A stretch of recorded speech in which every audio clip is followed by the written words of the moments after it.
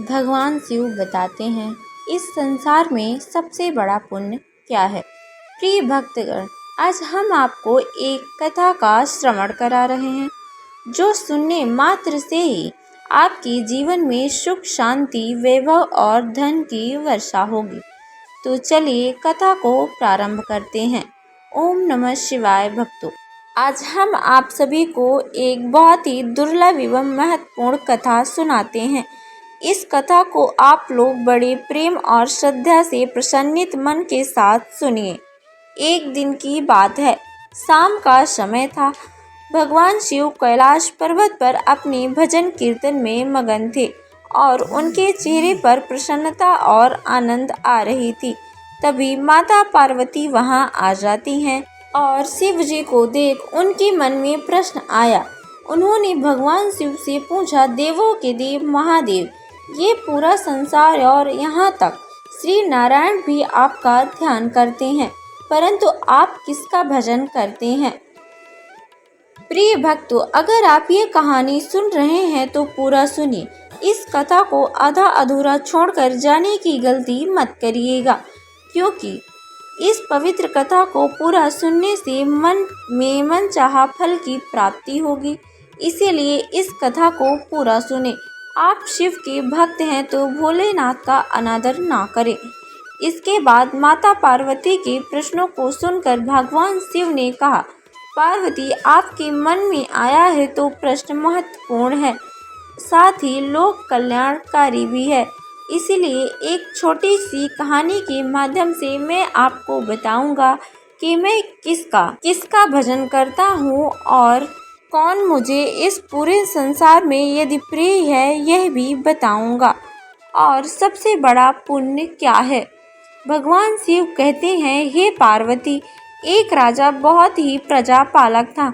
हमेशा प्रजा की हित में प्रयत्नशील रहता था। वह इतना कर्मठ था कि अपना सुख, ऐशो आराम सब छोड़कर सारा समय जन कल्याण में ही लगा देता था।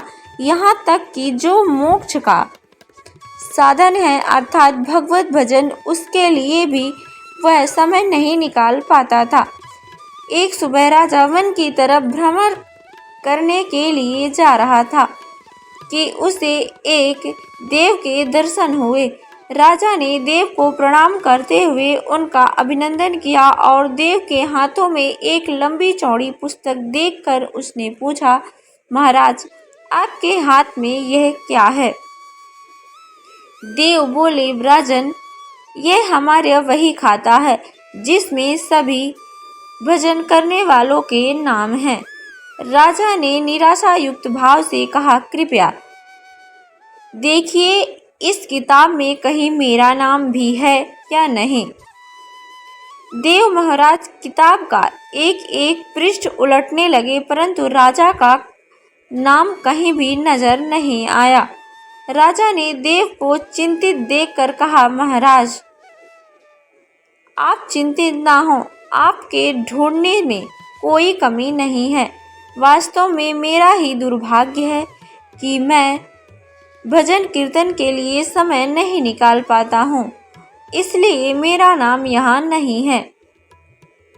भगवान शिव कहते हैं, हे पार्वती, उस दिन राजा के मन में आत्मग्लानि से उत्पन्न हुई, लेकिन इसके बावजूद उन्होंने इसे नज़रअंदाज कर दिया और पुनः परोपकार की भावना के लिए दूसरों की सेवा करने में लग गए। कुछ दिन बाद राजा फिर सुबह वन की तरफ टहलने के लिए निकले तो वही देव महाराज के दर्शन हुए। इस बार राजा भी उसके हाथ में एक पुस्तक थी। इस पुस्तक के रंग और आकार में बहुत भीड़ था और यह पहले वाली से काफी छोटी भी थी। राजा ने फिर उन्हें प्रणाम करते हुए पूछा, महाराज, आज कौन सा वही खाता आपके हाथों में लिया है। देव ने कहा, राजन, आज के वही खाते में उन लोगों का नाम लिखा है जो ईश्वर को सबसे अधिक प्रिय हैं। राजा ने कहा, कितने भाग्यशाली होंगे वो लोग। निश्चित ही वे दिन रात भगवान भजन में लीन रहते होंगे। इसमें कोई मेरे राज्य का नागरिक भी है। देव महाराज ने वही खाता खोला और ये क्या, पहले पन्ने पर पहला नाम राजा का ही था। राजा ने आश्चर्यचकित होकर पूछा, महाराज मेरा नाम इसमें कैसे लिखा हुआ है? मैं तो मंदिर भी कभी कभार ही जाता हूँ। देव ने कहा, राजन इसमें आश्चर्य की क्या बात है? जो लोग निष्काम होकर संसार की सेवा करते हैं, जो लोग संसार के उपकार में अपना जीवन अर्पण करते हैं, जो लोग मुक्ति का लोभ भी त्याग कर प्रभु के निर्बल संतानों की सेवा में अपना योगदान देते हैं, उन त्यागी महापुरुषों का भजन स्वयं ईश्वर करता है। ए राजन, पूजा पाठ नहीं करता, लोगों की सेवा कर तो असल में भगवान की पूजा करता है। परोपकार और निस्वार्थ सेवा, लोक सेवा किसी की उपासना से बढ़कर है। देव निबोधों का उदाहरण देते हुए कहा, कुर्बन ने वह कर्मानी दोस्तों व कर्म लेते नरे अर्थात कर्म करते हुए 100 वर्ष जीने की इच्छा करो तो कर्म बंधन में लिप्त हो जाओगे। भगवान दीन दयालु हैं, उन्हें खुशामद नहीं भाती बल्कि आचरण भाता है। सच्ची भक्ति तो यही है कि परोपकार करो, दीन दुखों का हित साधन करो। अनाथ विधवा किसान का निर्धन अत्याचारियों से सताए जाते हैं, इनकी यथाशक्ति सहायता और सेवा करो, यही परम भक्ति है। भगवान शिव कहते हैं, हे पार्वती, राजा को आज देवा के माध्यम से बहुत बड़ा ज्ञान मिल चुका था और अब राजा भी समझ गया कि परोपकार से बड़ा कुछ भी नहीं।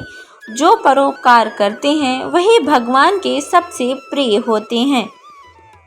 जो व्यक्ति ने स्वार्थ भाव से लोगों की सेवा करने के लिए आगे आते हैं, परमात्मा हर समय उनके कल्याण के लिए यत्न करता है। हमारे पूर्वजों ने भी कहा है, परोपकार राय पुण्य भक्ति अर्थात दूसरों के लिए जीना, दूसरों की सेवा को ही पूजा समझकर कर्म करना, परोपकार के लिए अपने जीवन को सार्थक बनाना ही सबसे बड़ा पुण्य है।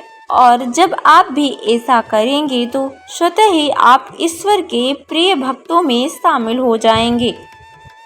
इस वीडियो को बोलते समय कोई त्रुटि हो तो क्षमा चाहती हूँ। उम्मीद है कि आप सभी को यह वीडियो अच्छी लगी हो।